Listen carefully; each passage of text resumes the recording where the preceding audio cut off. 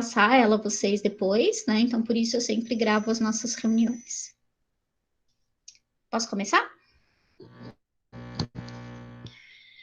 Bom, para hoje, vocês têm que me entregar um modelo de uma célula, que foi na semana passada. Vocês têm um modelo da célula animal e vegetal. E lá vocês tinham que colocar as funções de algumas organelas celulares. Algumas que nós já havíamos visto na aula anterior e outras que a gente vai terminar de ver agora. É claro que fazia parte a pesquisa em busca de informação de cada organela, vocês têm um material com essa informação, e também, caso houvesse interesse, fazer uso de um aplicativo, o Quiver, para conseguir ver essa célula em 3D. Bom, eu recebi a maioria, alguns ainda não, então não esqueçam que o prazo até hoje para me entregar, tá? E me chamou a atenção, corrigindo os exercícios, corrigindo as células, algumas organelinhas, porque nós já vimos das organelas. Nós vimos de início os retículos endoplasmáticos, então a gente viu o retículo endoplasmático granuloso e não granuloso, sendo granuloso responsável pela síntese de proteína, justamente porque ele tem na sua estrutura um conjunto de vários ribossomos. Logo depois, nós vimos o retículo endoplasmático não granuloso, que é responsável pela produção de alguns lipídios, também ajuda com o processo de desintoxicação. E, por fim, nós vimos o complexo de Golgi e os lisossomos.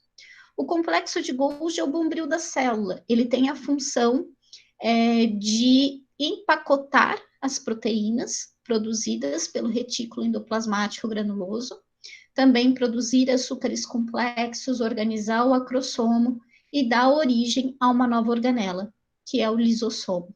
O lisossomo é a organela responsável pela digestão intracelular.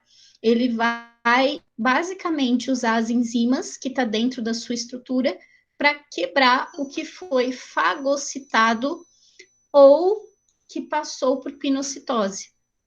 Fagocitose, englobamento de partículas sólidas. Pinocitose, englobamento de partículas líquidas. Lembrando, quando ocorre a fagocitose, a gente chama de uma molécula chamada de fagossomo. Quando se faz a pinocitose, a gente tem a formação de uma vesícula chamada de pinossomo. No exercício do plural, alguns alunos acabaram errando esse conceito, pinossomo para pinocitose, tá? Absorção de líquidos. Para a aula de hoje, eu quero convidar vocês até a página 38 do nosso material, e eu vou projetar também os nossos slides. Que eu vou ter que abrir aqui, porque como travou tudo.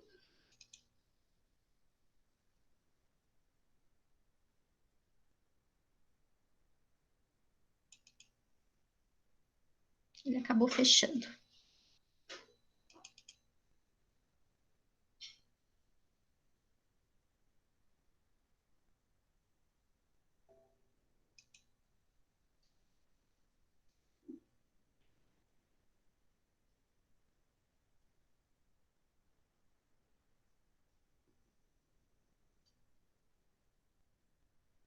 Então, vamos falar hoje dos plastos, da mitocôndria, do vacúolo e dos perixossomos. As últimas 4 organelas. Além das organelas, vocês têm para essa semana um exercício. É um exercício pequeno, tá lá no plural também, falando sobre as organelas celulares. Como vocês já fizeram o trabalho, já conseguiram ter uma noção em relação às suas funções, tá bem mais fácil responder o exercício e todo o resto. Tá? Ô, prof, Pergunta. A senhora manda esses slides lá no grupo?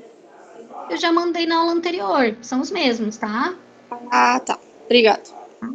Tá lá, foi enviado como material. Tá carregando, tá bem lento.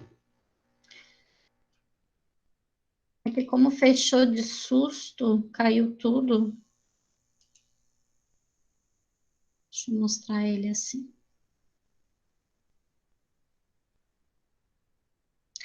Bom, eu vou começando a falar, senão demora muito, e a hora que eu chegar nele fica mais fácil de visualizar. A gente está trabalhando algumas organelas, como eu falei, já foi o retículo endoplasmático granuloso, o retículo não granuloso, o complexo de Golgi e os lisossomos. E agora eu venho falando dos plastos. Os plastos são estruturas encontradas nas células vegetais e algas, então em grupos específicos. Os plastos, eles conseguem ser separados em dois grupos. Então, nós temos os leucoplastos e os cromoplastos.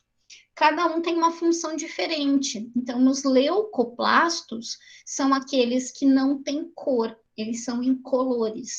Só que eles têm uma função, acumular substâncias nutritivas. Por exemplo, a gente vai estudar um tipo de leucoplasto, que é o amiloplasto. Amiloplasto vem de reserva de amido. Então, o amido, que é um tipo de açúcar, ele pode ficar reservado tanto no vacúolo específico para ele, quanto em um leucoplasto. Então, sem cor, mas que vai estocar essas substâncias.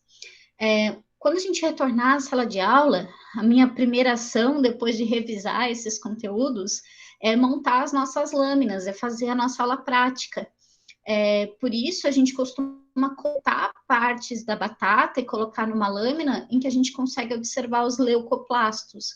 A gente vai conseguir observar a reserva de amido da planta, né? Então, eles não têm cor, mas a gente consegue observar os poços, vamos dizer assim, né? As bolsinhas que fazem essa reserva. É claro que os leucoplastos não são os mais famosos, porque nós temos outros que têm uma função muito importante, que são os cromoplastos. Os cromoplastos são os plastos com cor, ou seja, aqueles que têm reserva de pigmento. Essa reserva de pigmento é importante porque vai fazer a absorção da luz do sol. Se faz a absorção da luz do sol, nos permite o processo de fotossíntese. O mais famoso é o cloroplasto, né? O plasto mais famoso, que tem reserva de clorofila. A clorofila é um pigmento verde, né? Que vai fazer todo o processo de absorção da luz. Ele não é o único. A gente tem os carotenoides, por exemplo, que também são pigmentos de uma coloração amarelada, alaranjada, mas que ajudam também com o processo fotossintetizante. Ou seja, cenoura faz fotossíntese? Faz, porque ela consegue ter esse pigmento que auxilia esse processo. É claro que não comparado com a clorofila. A clorofila consegue fazer isso com muita eficiência, tá? E aí nós temos outros, os xantoplastos, que são mais rosa, mais arroxeados, né? Então, é uma estrutura bem específica. Vocês encontram isso lá no material de vocês, na página 38. Principalmente essa etapa aqui, ó. Porque quando a gente fala da principal organela que compõe as plantas, eu falo em específico do cloroplasto. O cloroplasto é a organela essencial para a fotossíntese. É nela que ocorrem as principais reações químicas da vida. Vocês vão me dizer assim, nossa, prof, que profundo, né? Mas a fotossíntese é um dos principais processos que ocorrem na vida. Vocês já pensaram o que seria da nossa vida sem o sol? Para alguns é uma beleza, né? Ah, eu já não gosto de bronzear mesmo, prof. Só que o sol ele é importante para a produção de alimento da planta, que é um indivíduo autótrofo, e ela também é responsável por ceder alimento para os animais, na forma de glicose. Então, é de extrema importância que a gente consiga ter o sol. Então, o sol ele vai conseguir liberar energia luminosa que é captada pelo cloroplasto. Então, o cloroplasto é essa estrutura que está aqui. Existem vários, vou tentar apresentar, hein? Tomara que não trave.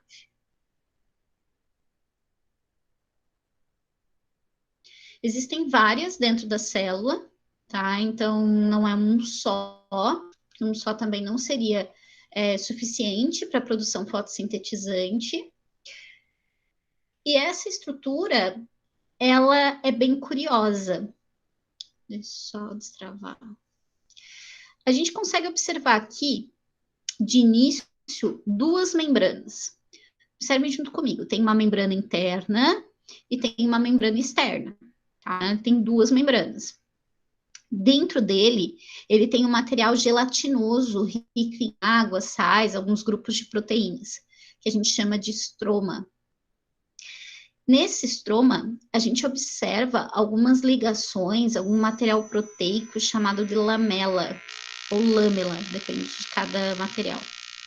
E nós encontramos pequenas moedinhas, chamadas de tilacoides. Esses tilacoides são extremamente importantes, porque é nele que ocorre a fase clara da fotossíntese. É aqui no tilacoide. O tilacoide é cada moedinha que nós estamos vendo. Quando eu tenho uma montanha de vários tilacoides, eu tenho um grânulo. E quando eu falo de todos os grânulos que estão nesse cloroplasto, eu tenho uma grana. Aqui vale um destaque.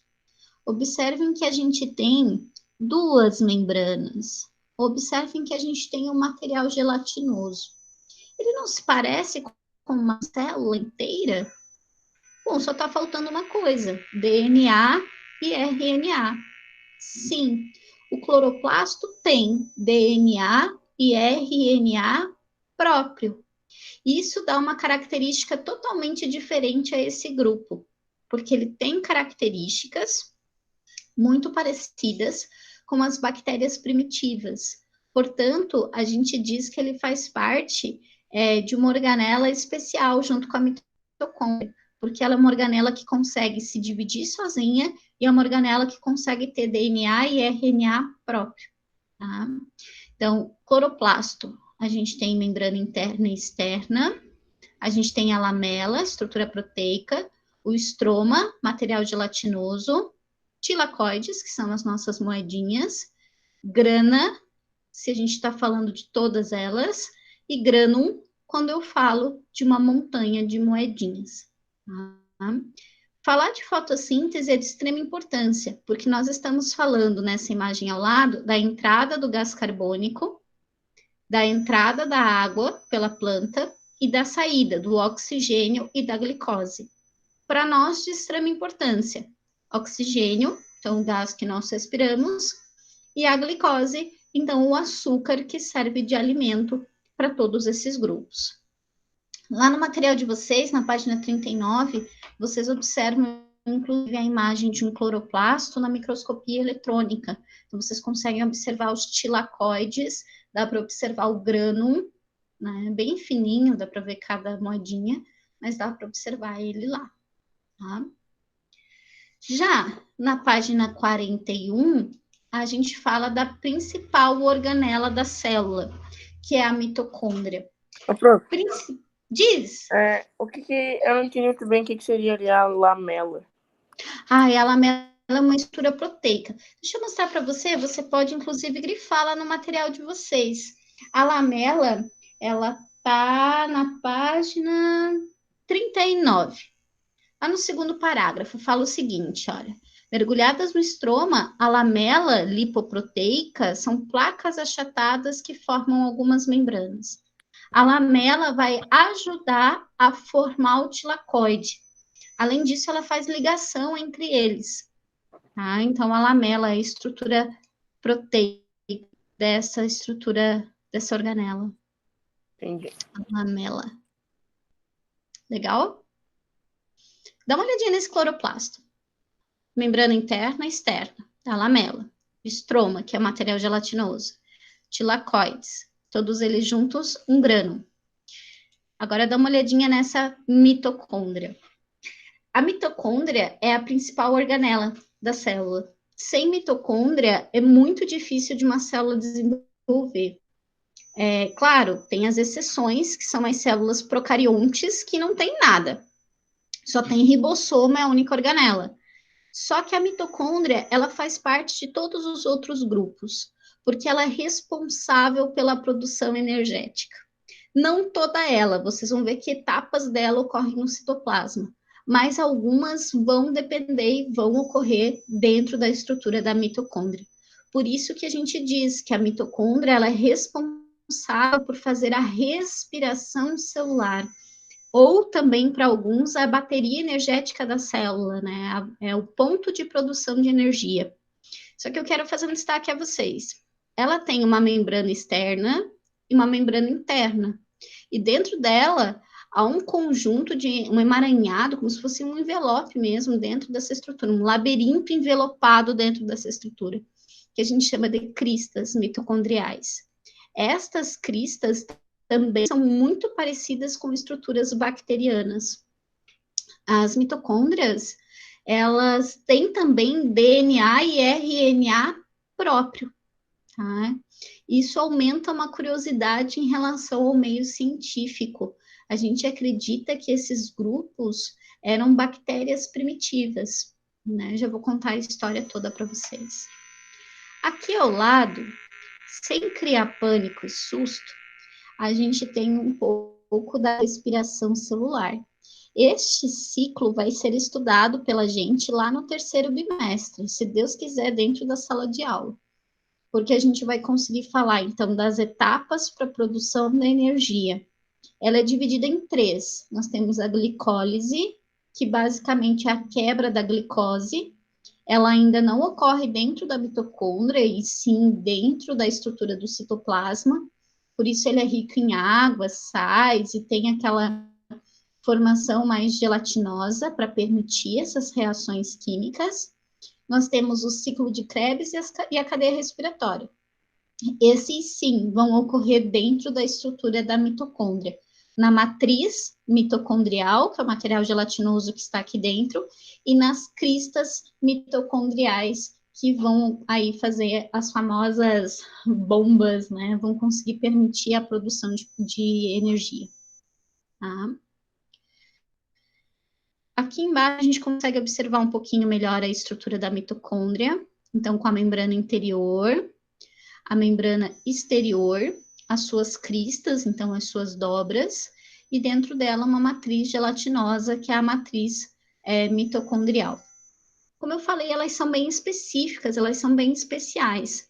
E junto com ela, o cloroplasto também é bem especial.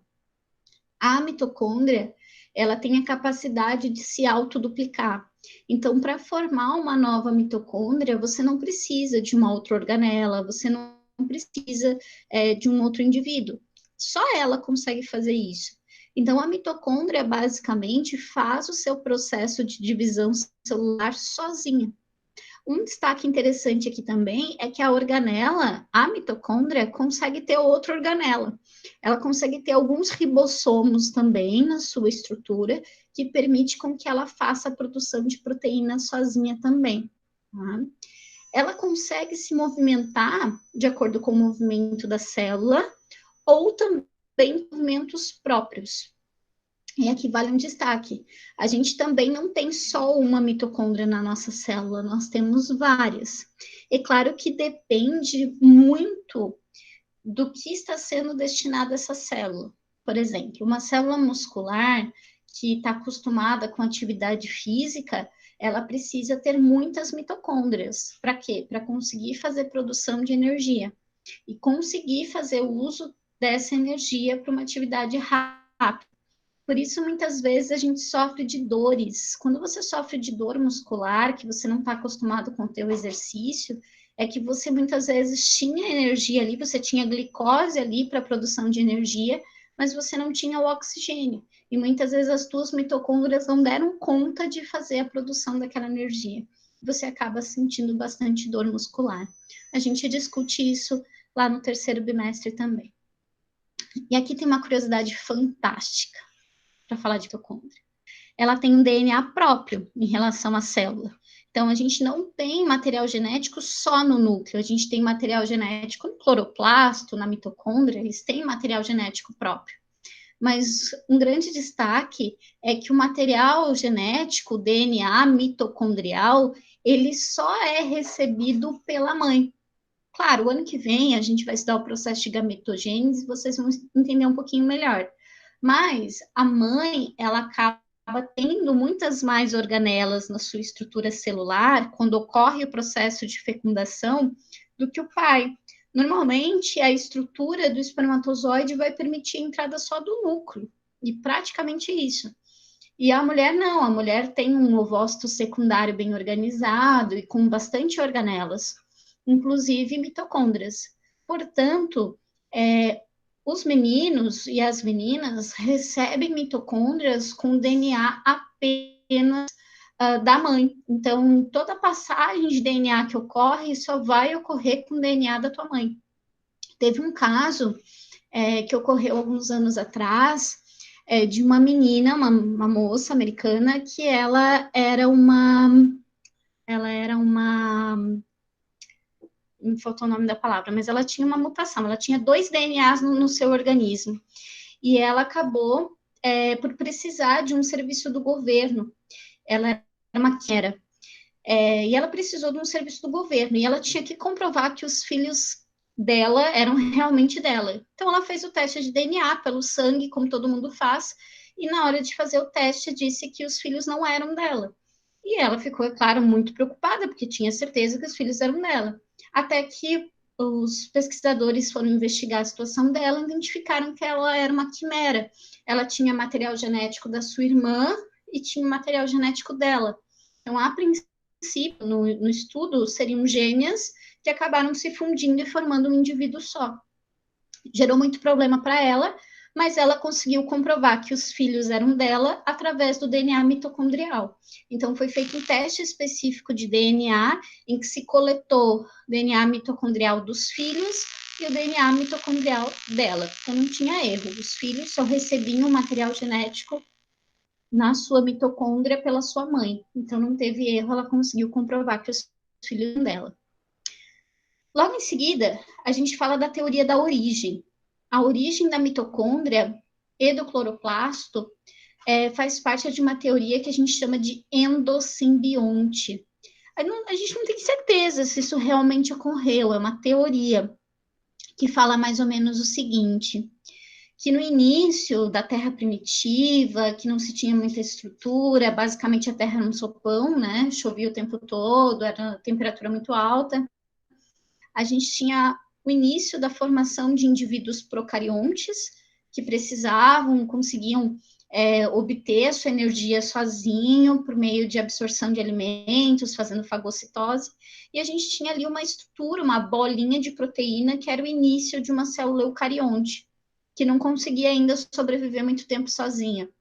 Até que essa estrutura celular achou interessante essa mitocôndria, que era uma bactéria que estava rodando por ali, e foi lá e fagocitou essa bactéria. A partir do momento que essa bactéria foi fagocitada, ele achou interessante que ela começou a produzir energia para dentro da estrutura celular. Ela começou a aproveitar o que era absorvido e começou a gerar energia. Portanto, ela não foi digerida, e sim aproveitada pela célula.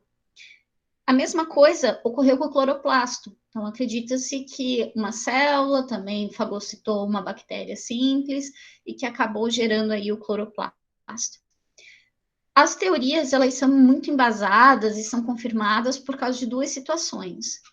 Primeiro, o DNA próprio dos dois. E eles têm um DNA muito específico, que é um DNA circular, que a gente observa apenas nas bactérias, né? Então, é um DNA bem característico.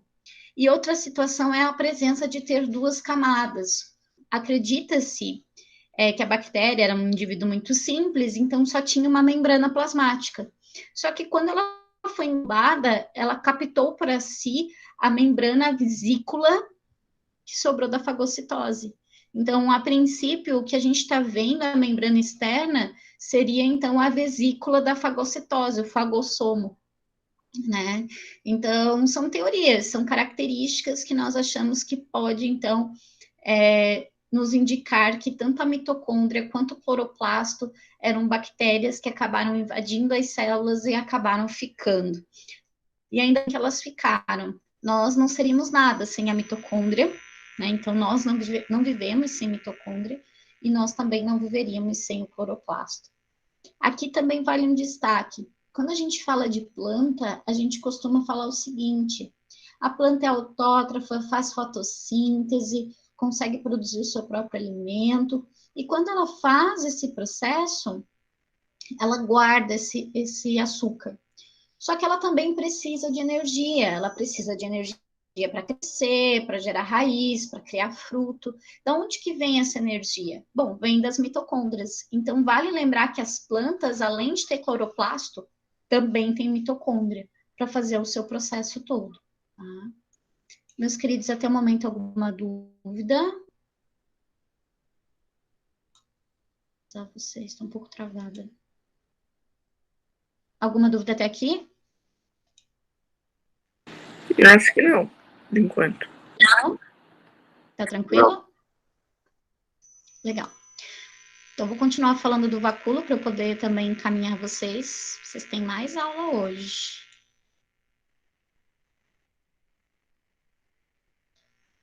Lá na página 42, a gente tem, então, um estudo do vacúolo. A gente já falou um pouquinho do vacúolo, porque é uma estrutura que faz parte de células vegetais e uns outros grupos específicos. A função do vacúolo é fazer reserva. Ela é uma estrutura de sacos, né, que tem essa condição de fazer reserva, tanto de água, quanto de açúcar, quanto de ar, quanto de óleo, quanto de pigmento. Depende do local onde ela está e da função que ela vai fazer. E uma questão interessante é que a gente tem o vacúolo nas plantas, por exemplo, como uma característica importante para classificar as plantas, e a gente viu que ele faz uma reserva interessante de água. A gente observa isso lá na osmose, por exemplo, então tem toda a troca de água que ocorre aí na estrutura do vacúolo.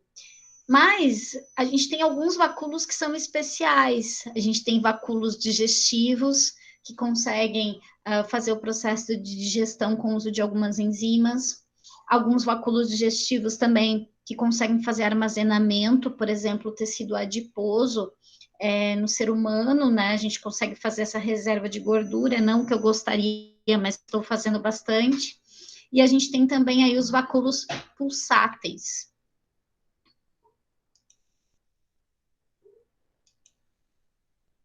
Os vacúolos pulsáteis são aqueles que fazem parte do grupo dos protozoários.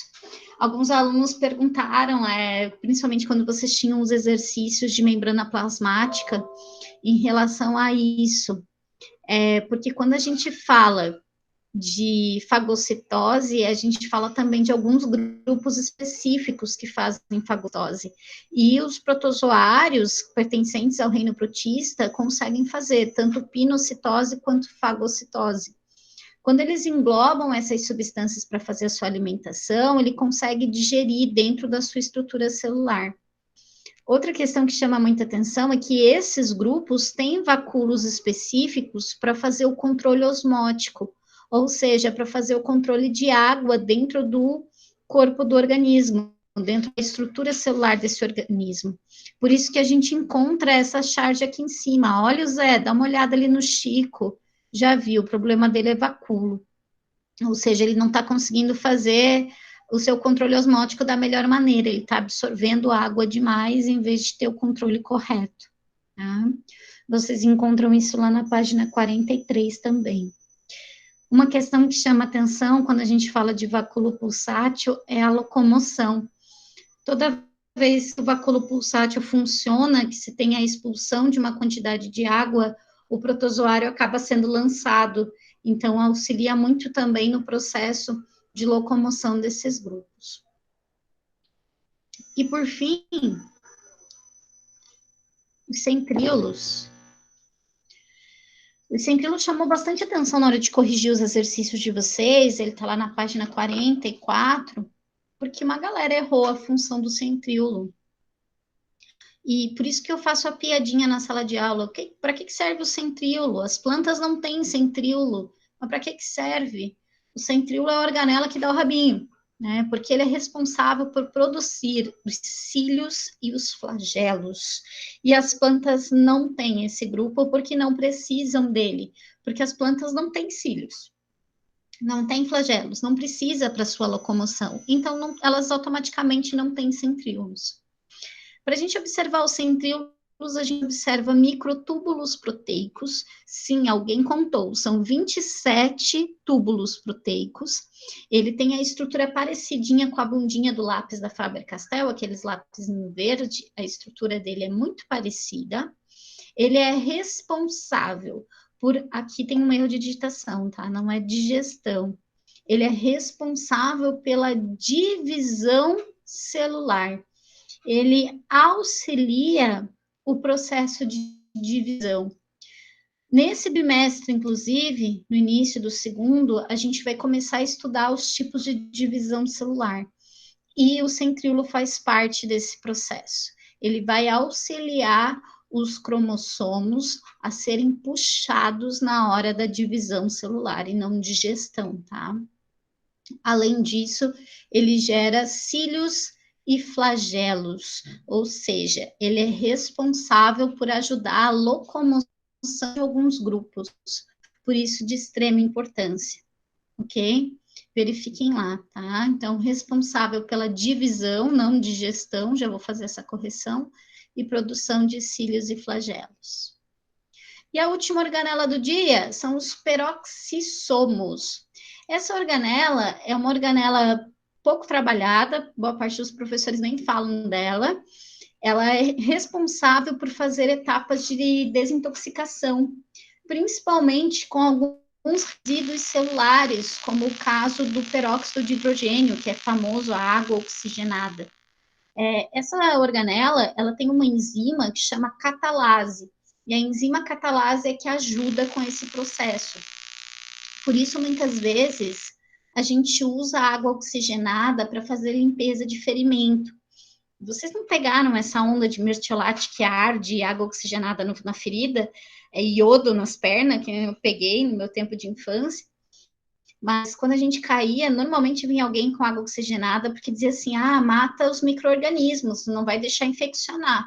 Tá correto? Tá, porque algumas bactérias, elas não conseguem utilizar o oxigênio, então elas acabam morrendo na presença do oxigênio. Então, quando você cai, eles colocam água oxigenada na tua ferida, primeiro, dói um pouquinho, não vou te dizer que não dói, dói um pouquinho, também não é igual o mertiolate que arde, e ele faz com que essas estruturas, os peroxissomos, acabam abrindo as suas membranas e liberando a catalase, liberando essa enzima, que faz com que ocorra a quebra da estrutura de peróxido de hidrogênio. Não sei se vocês já chegaram a ver, mas a água oxigenada, ela tem a fórmula H2O2. Então, quando a catalase entra, ela quebra a água oxigenada em água comum, H2O, e o oxigênio respirável. Por isso que borbulha quando você coloca a água oxigenada no ferimento, borbulha bastante por causa dessa condição. Ajuda contra infecções, tá? Então é bem interessante. A gente faz uso bastante aqui em casa. Eu tenho a minha cachorrinha idosa, toda vez que ela cai e se machuca, a gente passa água oxigenada para fazer limpeza de ferimento, que é bem interessante para diminuir a ação de micro-organismos. De organela, era isso. Então a gente falou retículo endoplasmático granuloso, retículo endoplasmático não granuloso, complexo de Golgi, lisossomo, mitocôndria, cloroplasto, vacúolo, centríolo e os peroxossomos. Para finalizar a aula de hoje, eu quero lembrar vocês do exercício, então tem um exercício aberto para vocês responderem lá no plural. É um exercício curto, que ajuda bastante, tá? E como eu falei no início, eu estou contando nota de tudo que vocês estão fazendo, então não esqueçam de fazer os exercícios e não esqueçam de avisar os colegas. Olha, gente, tem exercício de biologia para fazer, tá? Ajuda bastante a gente também, tá? E segundo, eu quero indicar algumas coisas a vocês falando de célula, falando de organela. Primeiro é esse macete. Esse macete está aí comigo há muitos anos, que é a cirandinha celular. A gente consegue destacar as principais funções das organelas com uma musiquinha, uma cirandinha, que fala o seguinte, vou declamar porque cantando tá ruim, né? Mitocôndria, mitocôndria, é quem faz respiração. Ribossomo sintetiza a proteína de montão. O complexo de Golgi armazena a secreção. E o lisossomo tem enzima para fazer a digestão. O retículo apresenta a função de transportar. E o centríolo participa da divisão celular. ajuda, né? Faz com que a gente lembre aí das principais funções. Segunda situação, quando a gente retornar, tem o nosso bolo, né? Com certeza, quando houver a liberação do governo, né, do estado, a gente começa a pensar de como que vai sair esse nosso bolo. E a segunda situação, que eu acredito que foi uma das formas que fez o meu computador travar, que eu quero mostrar para vocês. Continua travado.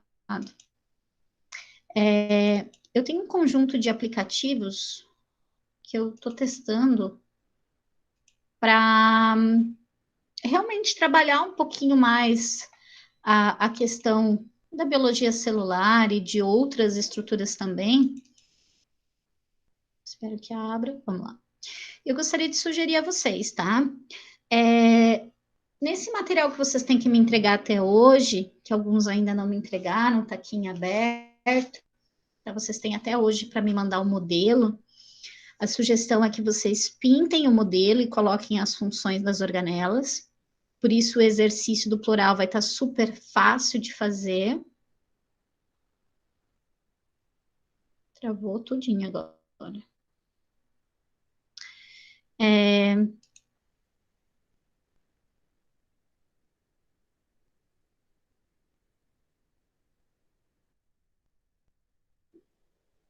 Vocês me ouvem? Sim. Sim? Meu Sim. computador travou, então eu não vejo mais vocês. Mas eu vou fazer o seguinte, então. Eu vou printar para vocês os principais aplicativos que eu estou testando para o material de biologia celular, de citologia e tudo mais. Como eu mandei no modelo de vocês, vocês tinham a opção de usar o Quiver, então que você baixa no teu celular pelo Play Store, você consegue ligar a tua câmera e você consegue observar a célula. Alguns alunos me mandaram, achei que ficou sensacional, eu adorei visualizar a célula junto com vocês. E eu tenho outros aplicativos também. Eu não vou conseguir mostrar porque o meu computador está todo travado, todo. Não sei se vocês estão visualizando a minha tela, mas ele está todinho travado. E eu tenho ali... Conseguem ver? Não? Para mim, pelo menos, Ele não. travou todinho. Eu consigo ter ali 3 ou 4 aplicativos falando de organela e mostrando a célula em 3D. Então, vou encaminhar para vocês ali no grupo, caso vocês tenham interesse posteriormente, vocês conseguem estar fazendo essa visualização. É uma forma de estudar e que fica divertida. Eu me preocupo muito com isso, é uma situação que é muito cansativo para vocês, enquanto alunos, estarem fazendo as videoaulas o tempo todo, exercício o tempo todo. Então, por isso que eu tenho essa certa preocupação para que vocês façam algo divertido. E uma das formas são essas atividades em 3D. Então, vou encaminhar para vocês, não é obrigatório, mas caso vocês tenham interesse, vocês podem estar fazendo, podem estar utilizando aí de alguns aplicativos novos. Certo? Meus queridos, alguma dúvida até aqui?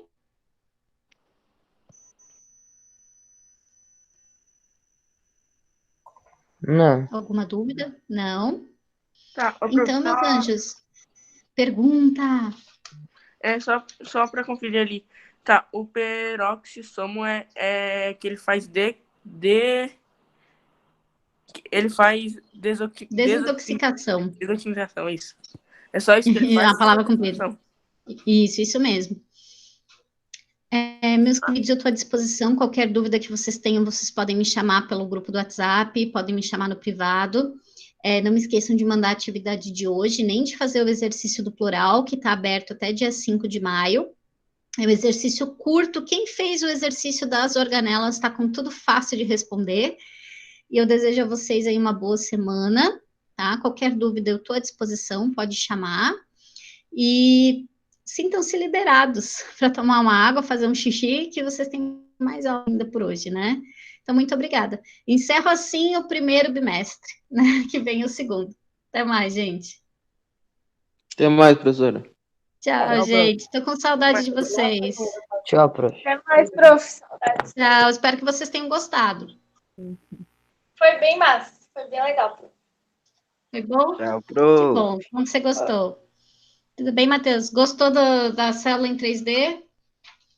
Nossa, a professora é muito boa, professora. Eu adorei a tua foto. Eu salvei ali para fazer clipagem. Ô, louco. Tá tudo guardado. Tchau, gente. Não Valeu, esqueça que pô. vocês têm aula de Tchau. arte. Tchau. É verdade. Deixa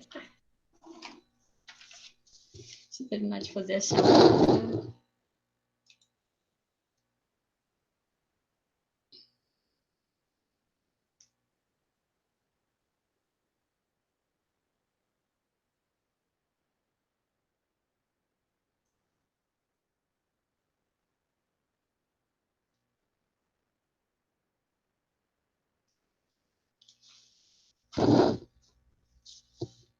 Vamos ver. Cauã, não vi, mas o Davi tava. Autorizei. O Diego tava.